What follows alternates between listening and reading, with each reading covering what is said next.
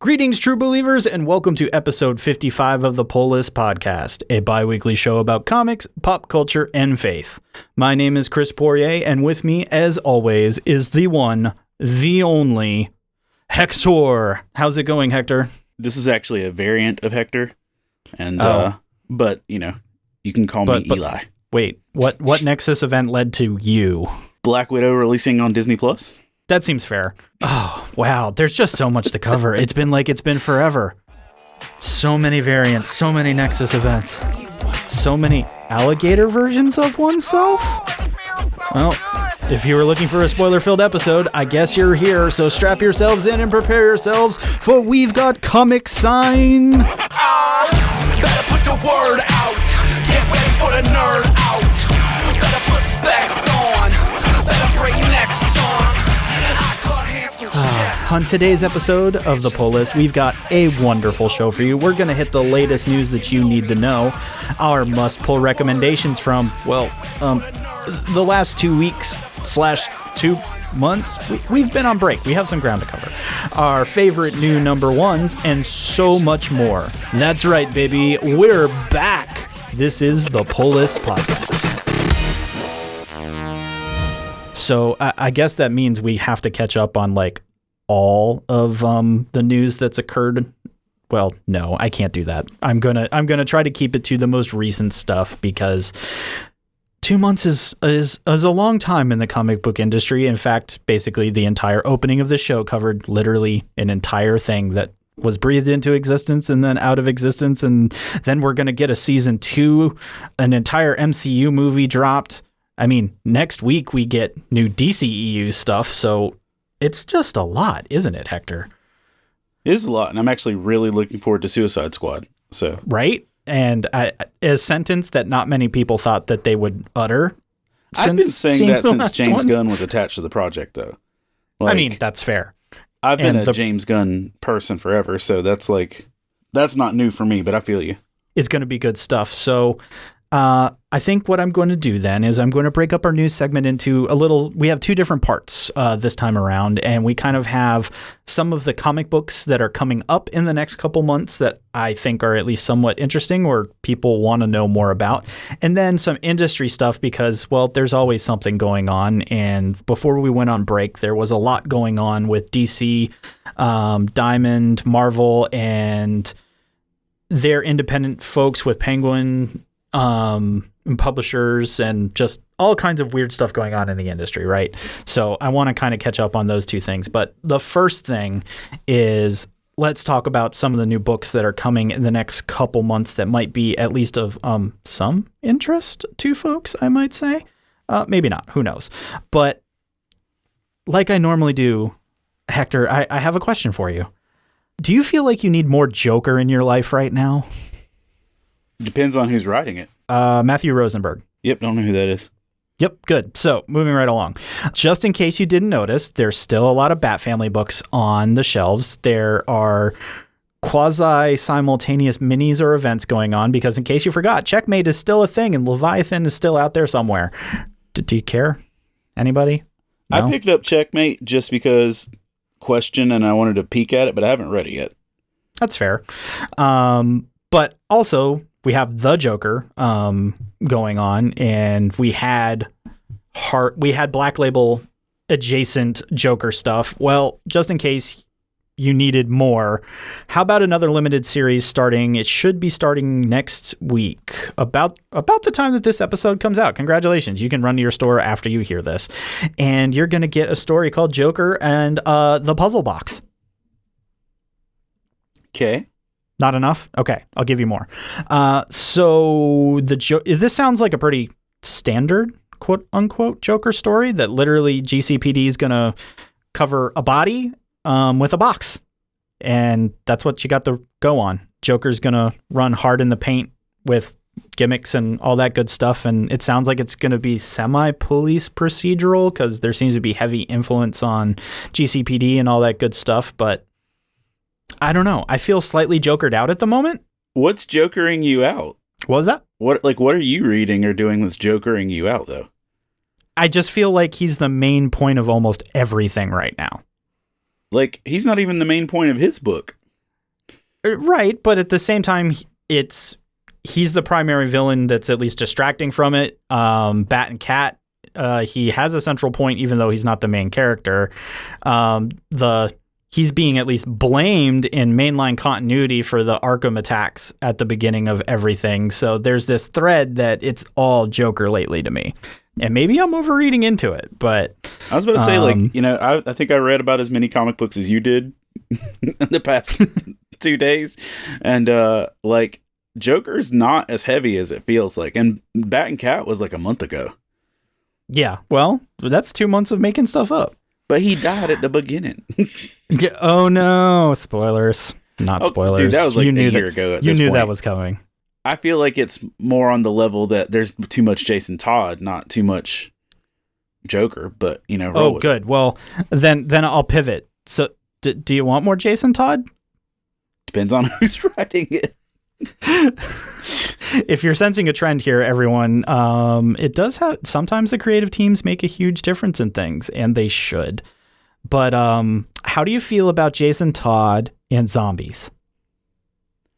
I just did a whole book of that called Deceased Unkillables. Yeah. How would you feel if it was that but not that, and they call it Task Force Z, and they give him a new costume, and he basically is hunting Jokerized zombies?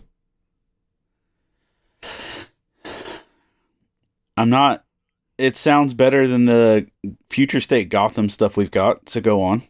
That's fair. So basically, supposedly where this falls in the timeline of everything is after the Arkham Asylum attack. This falls straight after that, and the Joker's laughing gas has created a bunch of zombie-like characters, and Jason Todd's going to go, full Jason on them, basically.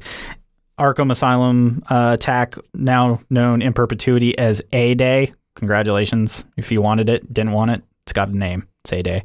Yeah, that's basically all we've got at the moment. But that book is coming just in time for Halloween. Of course it is. Of course it is, right. But it's technically in mainline continuity, so congratulations, I suppose. I'm still waiting for an apology letter for that other Jason Todd book they tried to start 4 months ago. I think we ended our previous season on that topic, and now we're starting on it. So I guess Hector bit mad on that one. I spent $9 on a storyline that's never getting resolved, and I'm not okay with that. The joy of comics. They started a story, killed it, said nothing, and here we are. I mean, isn't that ultimately the story of Jason Todd? Oh no! Too soon. That's low, bro. that's offensive. Ooh. Thanks for the setup on that one. This podcast now. It's been real. Deuces. Oof. Okay. Well, maybe the last new comic will give you something to look forward to. I'm at least curious because it's a character that Marvel doesn't seem to bring to bear a ton, at least in print. But starting in October as well, we're finally going to get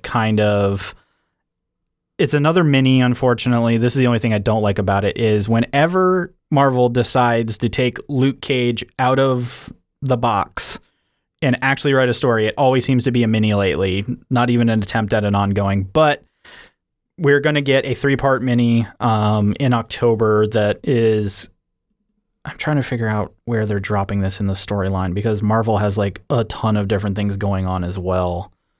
No, it pretty much is kind of an isolated story.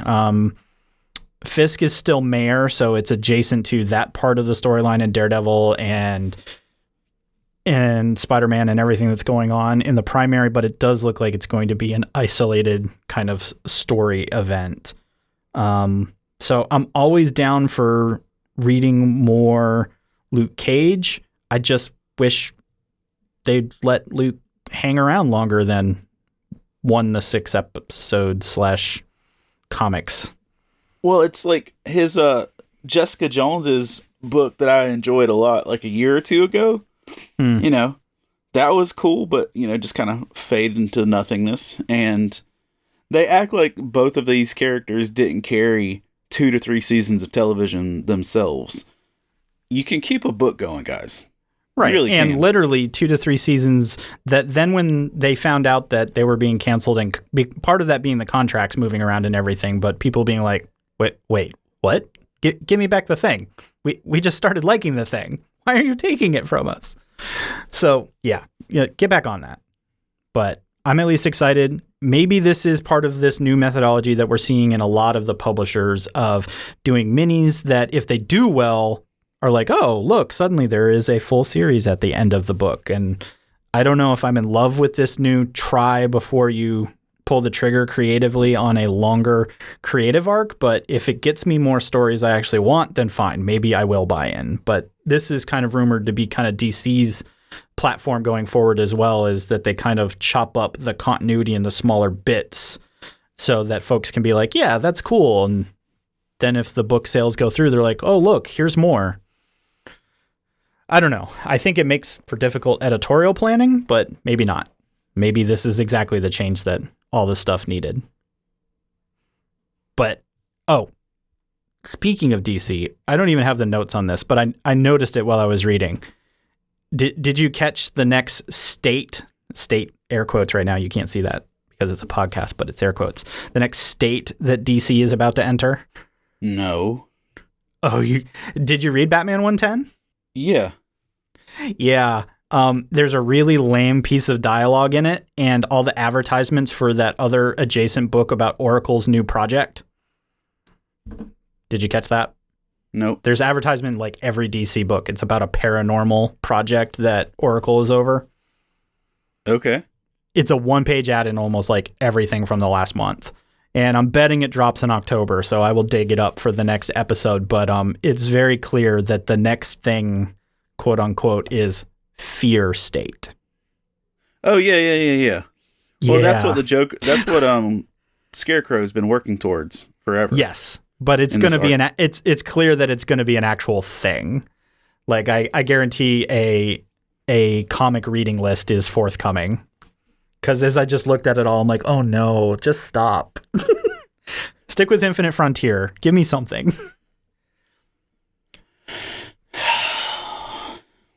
And then it'll all collab together with Crisis State. Right. And then we'll have the 15th Crisis, and then we'll just move on to whatever's next. Yes. Comics Sounds can fair. be a joy. I think this is like the 6th Crisis, whenever the next one comes. Right. I'd have to go back and actually timeline that because we've been through a lot of crises. Just in my tenure of reading comics, we've had Infinite Crisis, Final Crisis. What was the recent one? Well, did they call it a crisis? I'm blanking now. That's terrible. I had Identity Crisis, Infinite Crisis, Final Crisis. That's right. But there was one I thought after that was considered a crisis too, but whatever. Yeah, lots of stuff happened. Keep up. So there's a handful of new projects coming. There's even more than that. For those of you that are X-Men fans, like there's tons of new X stuff coming again. As we continue to play out kind of what happened during Hickman's run and just all the different pieces. So keep your eyes out. There's tons of new stuff out there. We're going to talk about it a little later, so save it for the podcast. That, Moon Knight's back.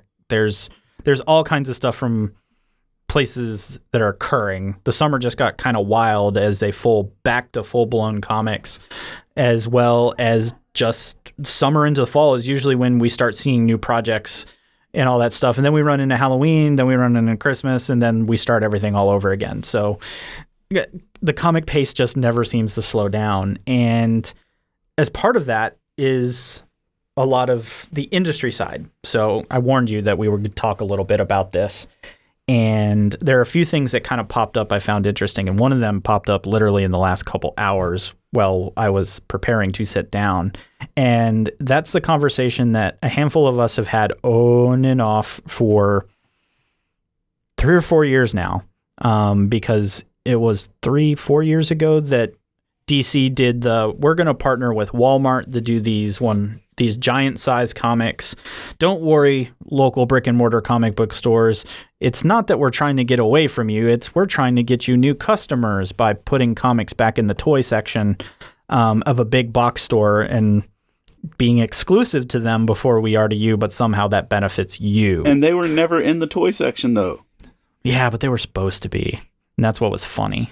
And now there's a whole nother comic company that has their comics in Walmart. Mm-hmm. So apparently a lot of concerns from a lot of independent retailers were not unfounded, because DC basically just recently doubled down on no, we really do think there's something to this whole Walmart thing, and we really do think the next generation of comic book readers are going to come from our big box stores and not from our local comic shops. And oof. As a former retailer, that kind of pings my heart a bit.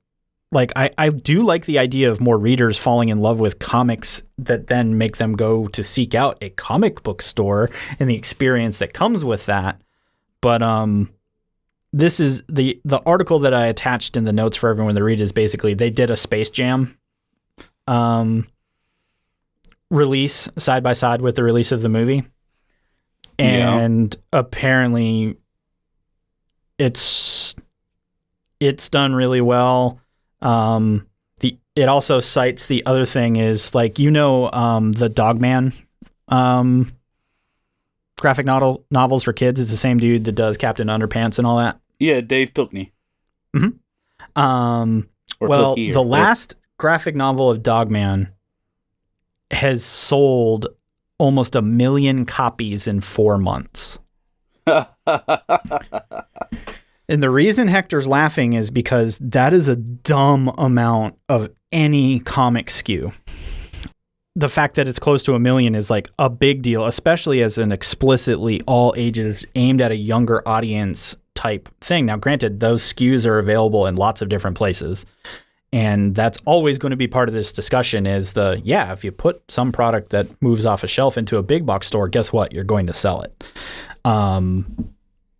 But I think it's going to place a lot of publishers into the where is my market actually conversation. And with COVID, and a lot of stores closed over the last year, unfortunately, that I think they're eyeing the big box stores as an easier distribution for them. Should also read low cost distribution for them.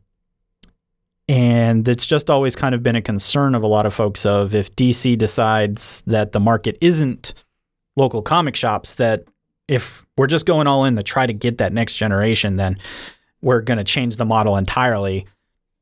Doesn't seem to be a fever dream anymore that a lot of us kind of figured based on a lot of changes that occurred that this was reality, but it makes me nervous. It makes me sad for some local comic shops. I get that. But the reality is, I think those will be good for new readers. Yes. But outside of intentionally going for a couple months to get those books, like, I haven't even been in Walmart to get those things. When I did go, they were nearly impossible to find after a little while. And you're paying $5 for a book. Granted, yeah, it's a thick book. But beyond that, like, you are only paying for maybe 4 pages of a new story. Right. And for a lot of the hardcore folks or the season collector or the longer term collector, we look at that and go, yeah, that's silly. But like you said, to a new person, they're still going to see that's 100 pages for $5. Where part of the standard buy now for a regular 32-page comic for a lot of DC stuff is that same price.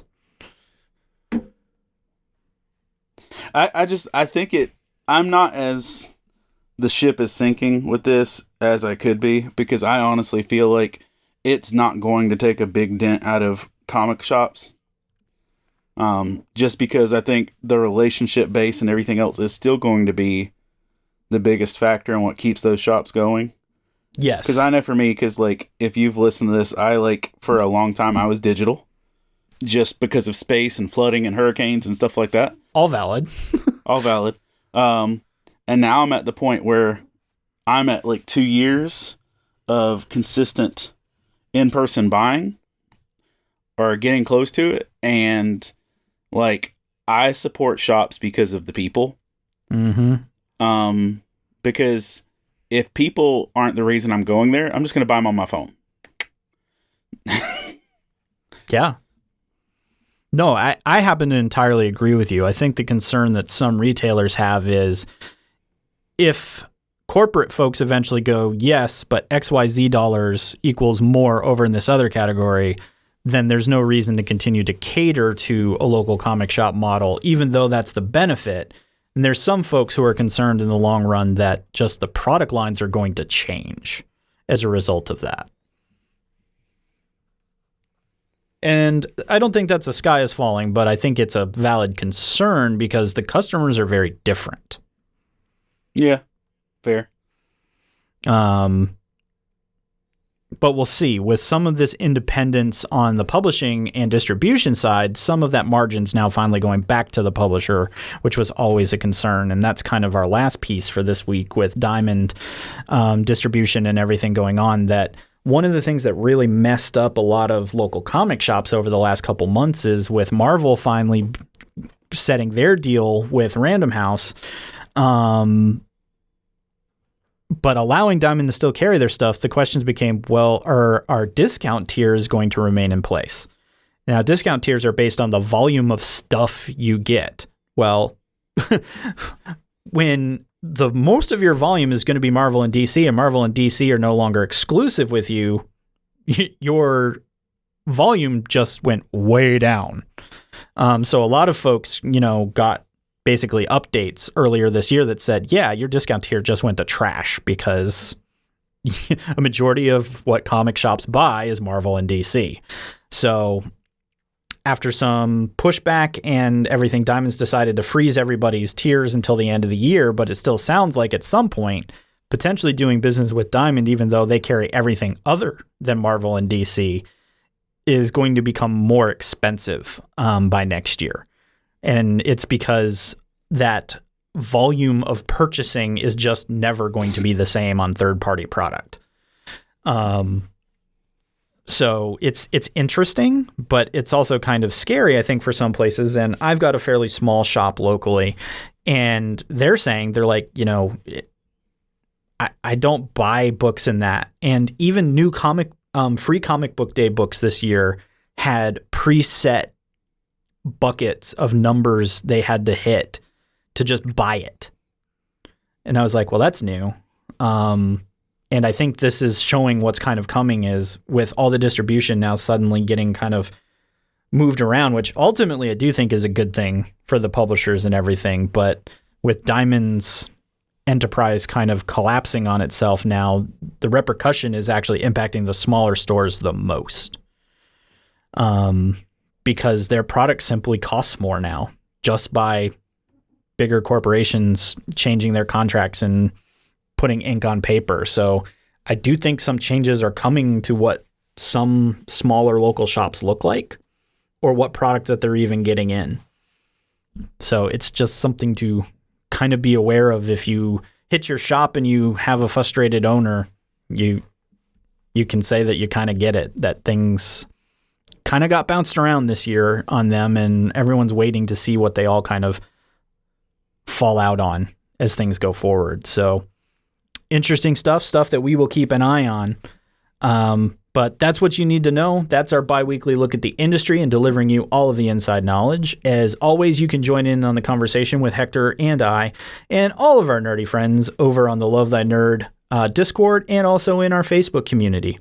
So you can just jump on in there, have that wonderful weekly geeky adventure together with us. Tell us what you liked, what you hated, or possibly even what we missed. We probably missed a lot in the last 2 months, so hit us up. I mean, we even have our very own comics channel over on that Discord, so hit us up. You can find the links in the show notes and ask your questions.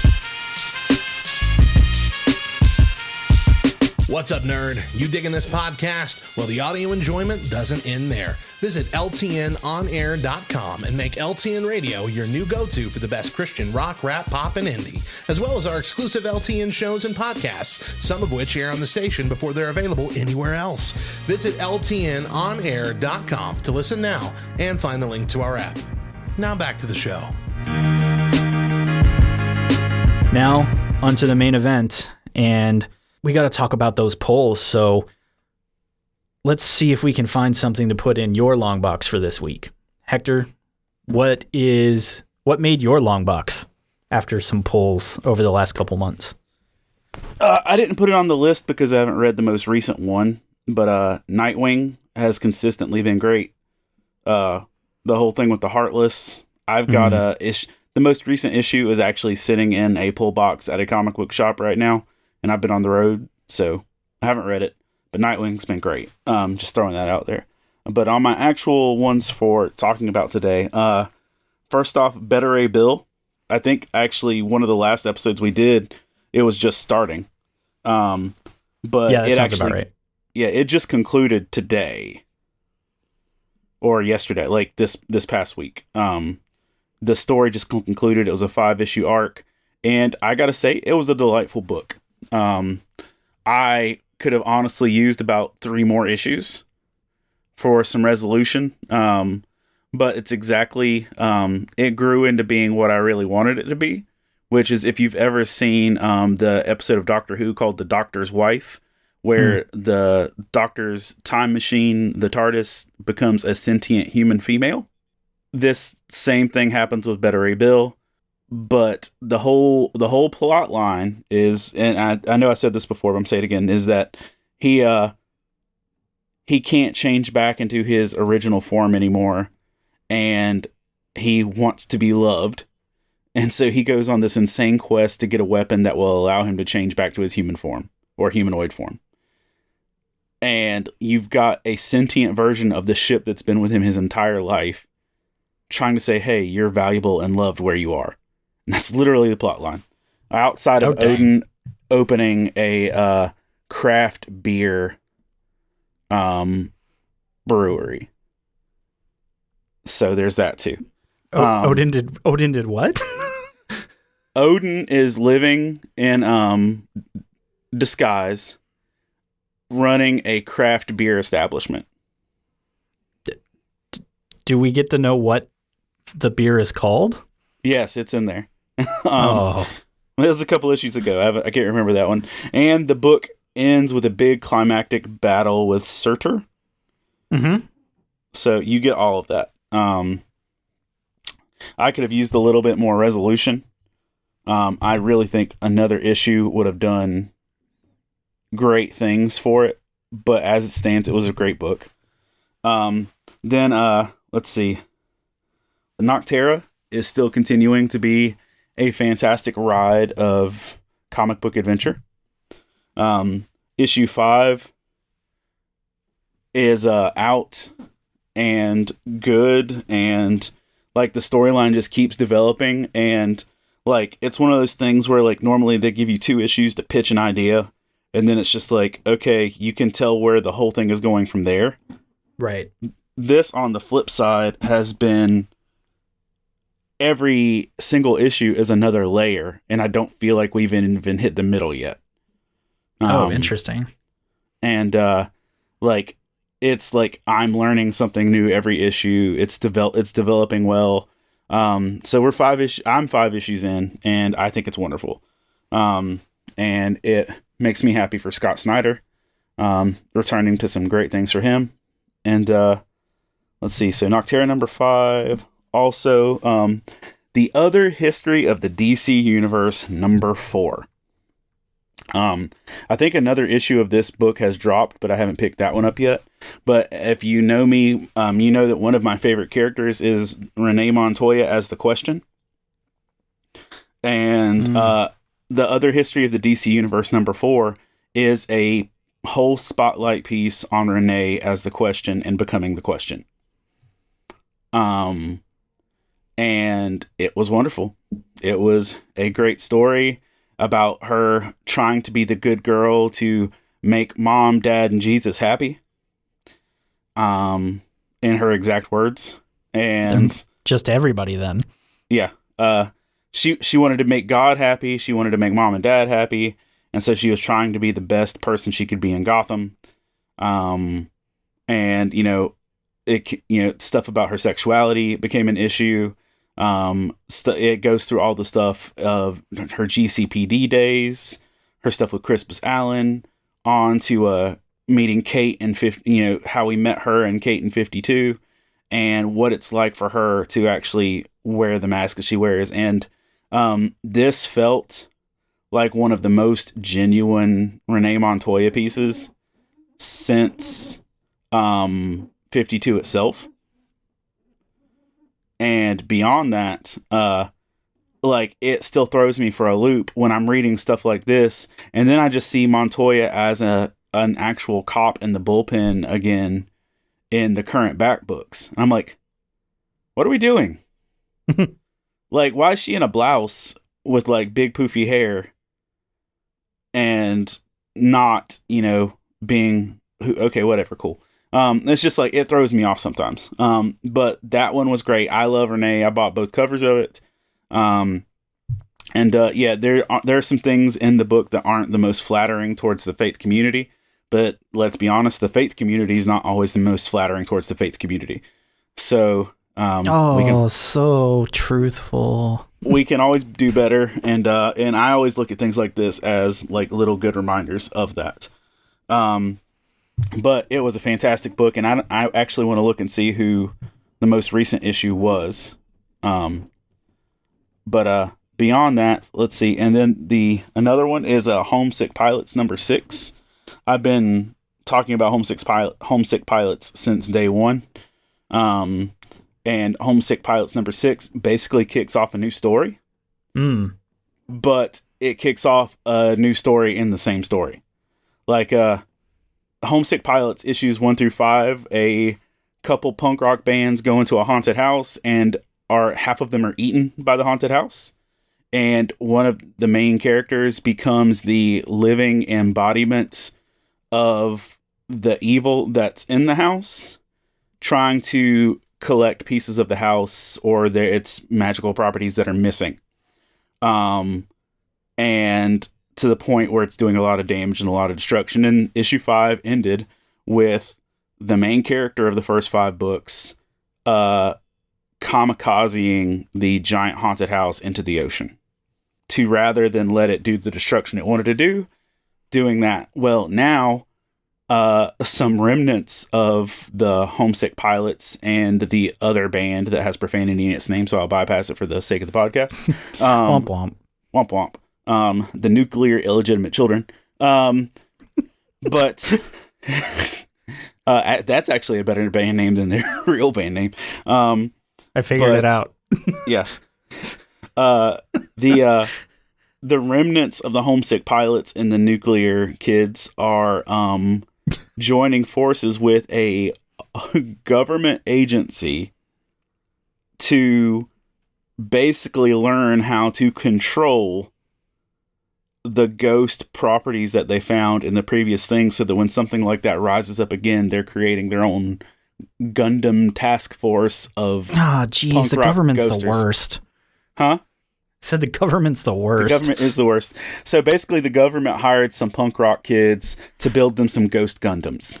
That's not punk rock at all. Well, that's actually one of the guys. He's like, this isn't punk rock. This is selling out. Right. It's literally a line. It's like literally not how that works. And so there's issue 7 is already out, but that is sitting in my pull box as well. But issue 6 gave me hope that this cool little short story wasn't a one-hit wonder. So those are my pulls. I do need to pick up the trade then and catch up on that one, because I am deficient in some of the indies, and that just sounds quite wonderful. And I keep not doing it. The whole thing with Homesick Pilots was one of my favorite reads of 2021 easily. And so, I would recommend it, but I do. So yes. So you do, just as I said. Wonderful. I have some things. Ascender's been one of the books that I've been talking a lot about, which was the sequel to Descender, and it continues to be just a magnificently beautiful book. That's the thing, that this entire series has been kind of in this watercolor style that's just really neat. And also they've been doing this thing of they manage to pull at your heartstrings and make you cry in the most awkward and weird places in the story. And you're like, how dare you, comic book, make me cry? And they did it again, and I won't spoil it, but they've done a really good job of connecting characters throughout the entire arc of the story, from Descender to this Ascender story, where it was all about people and machines in the first half, and now it's people, machines, and magic in the universe. And you now finally understand, come this issue, that that's the breakdown of the universe, is that it was science / machines versus humanity. And then, oh yeah, the magic fools showed up and everyone's like, ah, magic makes everything hard. But the whole story that's been being told now for quite a while is going to end in issue 18. So now's a great time to catch up on a lot of issues, but everything's in trade from Descender, and most of Ascender is as well. And you should read it because it is a sci-fi story unlike many others that you've read. I mean, there's some sci-fi tropes in there, but there's a lot of trope breaking in it as well. And it's just beautiful. But you need to have read Descender first, right? Yeah. No, that's what I'm saying. Go back and get all those, so you can plow through it, because I was wondering if they were going to get back to how this all really is tied together, and 17 started connecting the pieces in a really neat, clean way that I was like, oh, I don't hate this, and I understand now. It's very much a balance of the universe between basically humanity, science, tech, and magic is where this entire thing is going to fall down at the end of the day. And I'm kind of curious how they're going to end it. Because they kind of got the whole there's got to be balance in the Force kind of vibe going. So I'm curious if it will actually balance, or if we'll end up with that Star Wars brokenness of, well, if all the Sith are dead and they're Jedi, there's not actually balance. So how does balance? What? You get it, right? Yeah. That was kind of the thing. Whenever you do a balancing of stuff, for some reason, stuff seems out of balance. So I'm really curious if he's going to go for a true balance, or we're going to find out one thing is inherently evil and just evil is bad. But we'll see. The stage is set and all the pieces are there. So I will continue to sing the praises, because it's just a really solid sci-fi and independently well done story. Which leads me back to one of the big two that I'm just going to keep saying nice things about, Strange Academy from Marvel. And issue 11 was really weird, because one of the Frost Giants kids type people literally shattered because, frost and crystalline and stuff. And that's weird. So they literally were trying to put Humpty Dumpty back together again for an entire issue, and trying to figure out who shattered the student and, up till now basically killed him. And to solve the mystery, they call in Howard the Duck. You're welcome, Marvel, because it's what you needed and what you wanted. That if Doctor Strange ran a Hogwarts-style school that's completely broken, well, when a crystalline creature version of a student gets shattered, I guess your first go-to is a talking duck from the 80s. No? Fine. It's actually still really well done. It's interesting what's being set up. I think there is a greater story that's being told, and that's been one of the better parts of this book. Of it's partial like high school hijinks in a very broken Marvel kind of way, but that there's also a bigger story being told, and it's all tied to Doctor Strange and probably Mephisto, because everything's Mephisto. But I don't hate it. It's well drawn, and it's a great break in the middle of other kind of off the wall superhero books right now, which is why I'm going to keep saying that it's wonderful. And then on the total opposite end of the spectrum, kind of going back a few months, The Last Ronin from the Turtle Stories, number 3, came out like back when we went on break, and it's still very solid. That I don't want to talk about a lot of what's going on because lots of craziness occurs. It was a very action-packed issue as far as stuff actually happening.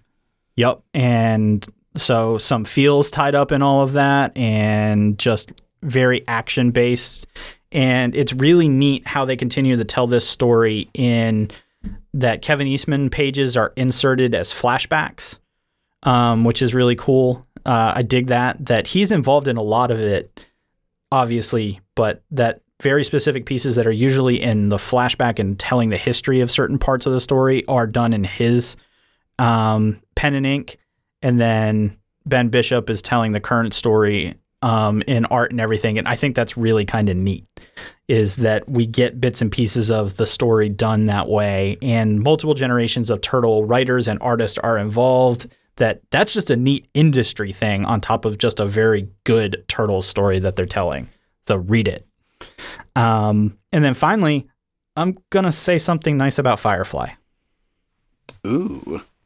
Yeah. So the By brand the way, new verse. Mm-hmm. I bought issues 2 and 3 and maybe 4 because of you. I just haven't read them yet. The brand new verse, which ends at issue 6, has been pretty fun. I am relating to the new group. You kind of get your nostalgic feels of seeing where some of the other folks ended up. They come in and out of the story kind of naturally without stealing the center frame, and it feels kind of like Firefly.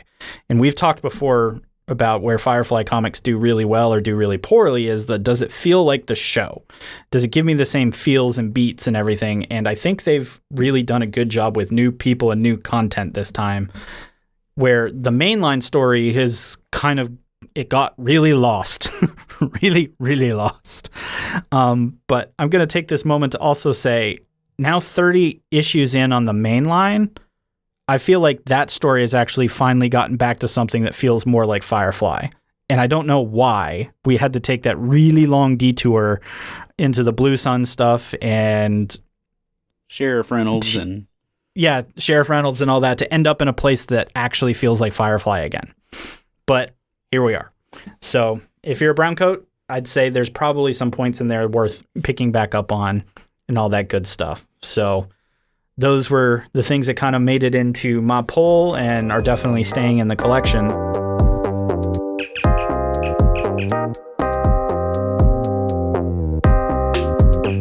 This week in Nerd History, a tall, cool glass of Martian water. Nerd History. That's essentially what the Mars Phoenix lander was sent to find when NASA launched it on August 4th, 2007. Phoenix was the 6th successful landing on Mars, but the first spacecraft to land on the Martian Arctic surface. Its mission was to dig for ice and assess if the Martian Arctic ever had conditions that could support life. In July of the next year, NASA announced that Phoenix confirmed the presence of water ice on Mars as predicted in 2002 by the Mars Odyssey orbiter. During the initial heating cycle of a new sample, TEGA's mass spectrometer detected water vapor when the sample temperature reached 0 degrees Celsius. Water ice simply means that it contains the same elements as the water we have on Earth, and is not another form of ice, such as dry ice, the solid form of carbon dioxide. Many wonder why the discovery of water ice even matters. Well, it's about finding the organic materials and the building blocks for life. With this type of information, we can learn more about the history of Mars and how it became a desert wasteland. Phoenix ended up exceeding its intended 90-day mission, studying the planet for a total of 5 months. In 2010, NASA lost contact with the lander completely, but the data it collected continued to be studied for many years after. I'm Radio Matt. See you next time for more Nerd History. Let's round out the show with what the people come here for, and that's the number ones that we've seen recently that show us some hope and some good what content. Come here for? I have no idea. It's probably what Todd listens to us for. Hi, Todd. It's just Todd. Hi, Todd. It's just Todd. And Kyle, maybe. And Kyle, maybe. Yeah. And a bunch of other people. But, shout out to our peeps. So, I'll let you hit it off and I'll close this out. So I will say wholeheartedly, I've said things about James Tynion before in the past. Yeah, you have. I have. I've said words.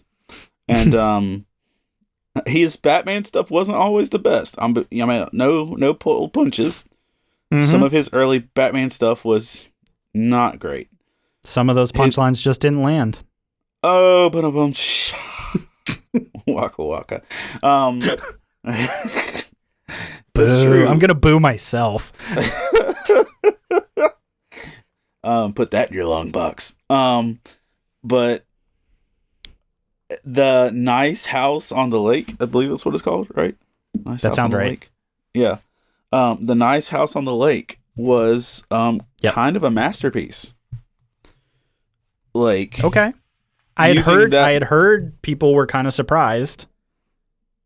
Yeah, it's The Nice House on the Lake, book 1, was kind of a masterpiece. And I'm just going to give you the vague plot points because it's been out a long time now. But it's a mature book-ish, even just in the dialogue, even if it's not really in the visuals. But it follows a young woman who meets a interesting gentleman at a bar named Walter. And the first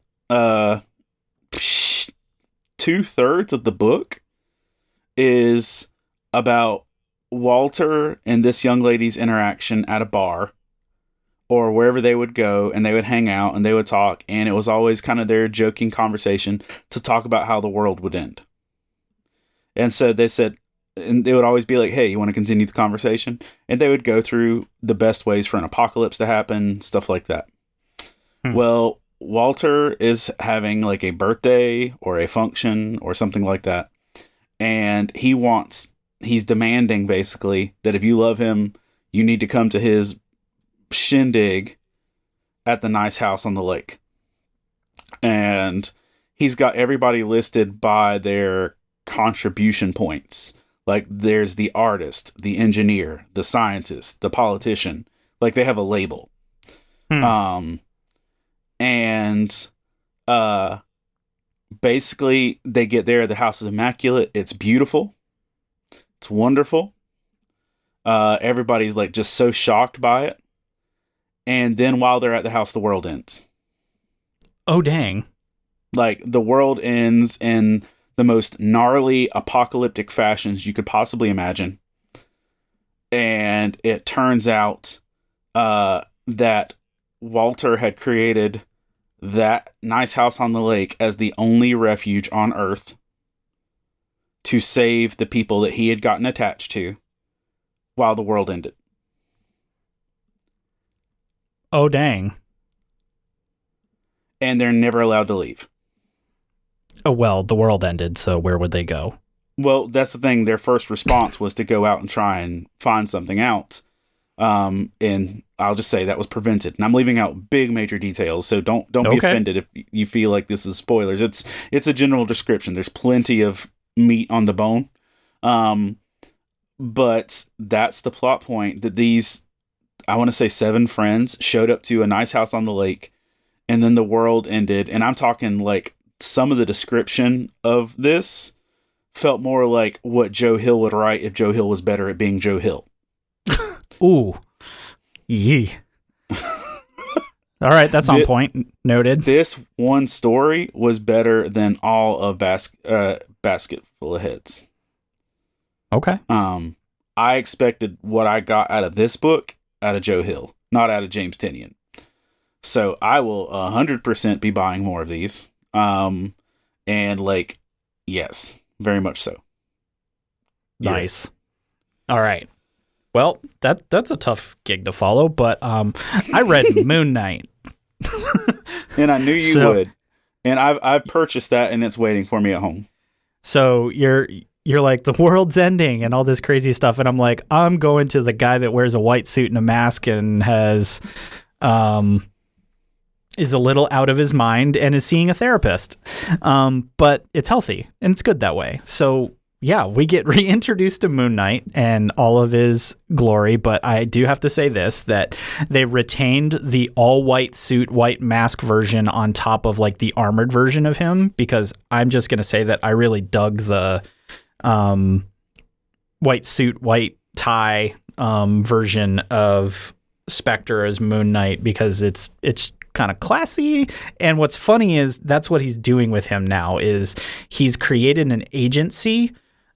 He calls it a mission, and I won't give all of it away because he reminds the entire world that he is a high priest of Khonshu, and that's why he's alive and all that good stuff. So he serves the moon god, and so he's really leaning into the I lead the cult of the moon god and all of that on this one, which seems about right for a crazy dude.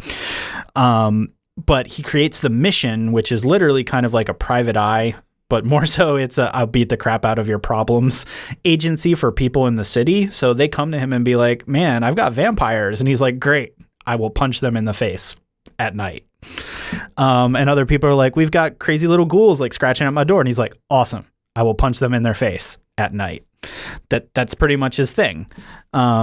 So he welcomes people, but when he is accepting new clients, he's wearing the suit and sitting in a big comfy chair and all that stuff. And he's like, welcome to my place. Please tell me the things that you need me to punch in the face. And then when he goes out at night, he has like the full armored version of regular Moon Knight. But the center of the new story, other than that, is that he's got a new therapist, and they're leaning heavily back into the Mark's got a lot of baggage, and he's still dealing with it. So I continually dig when there is a self-aware Mark Spector, which Lemire really leaned into in his run, and I've loved ever since. They're continuing that, that his therapist is an Avenger-sanctioned therapist, so like she kind of gets the whole superhero and like literal crazy side of things. But they've also introduced us to the fact of maybe Mark Spector isn't the only one operating on behalf of the moon god. And that's where they drop us is, he refers to himself as the fist. Well, the semi-spoiler part is the other guy's like, well, gods have two fists. And it's like, oh no, oh snap.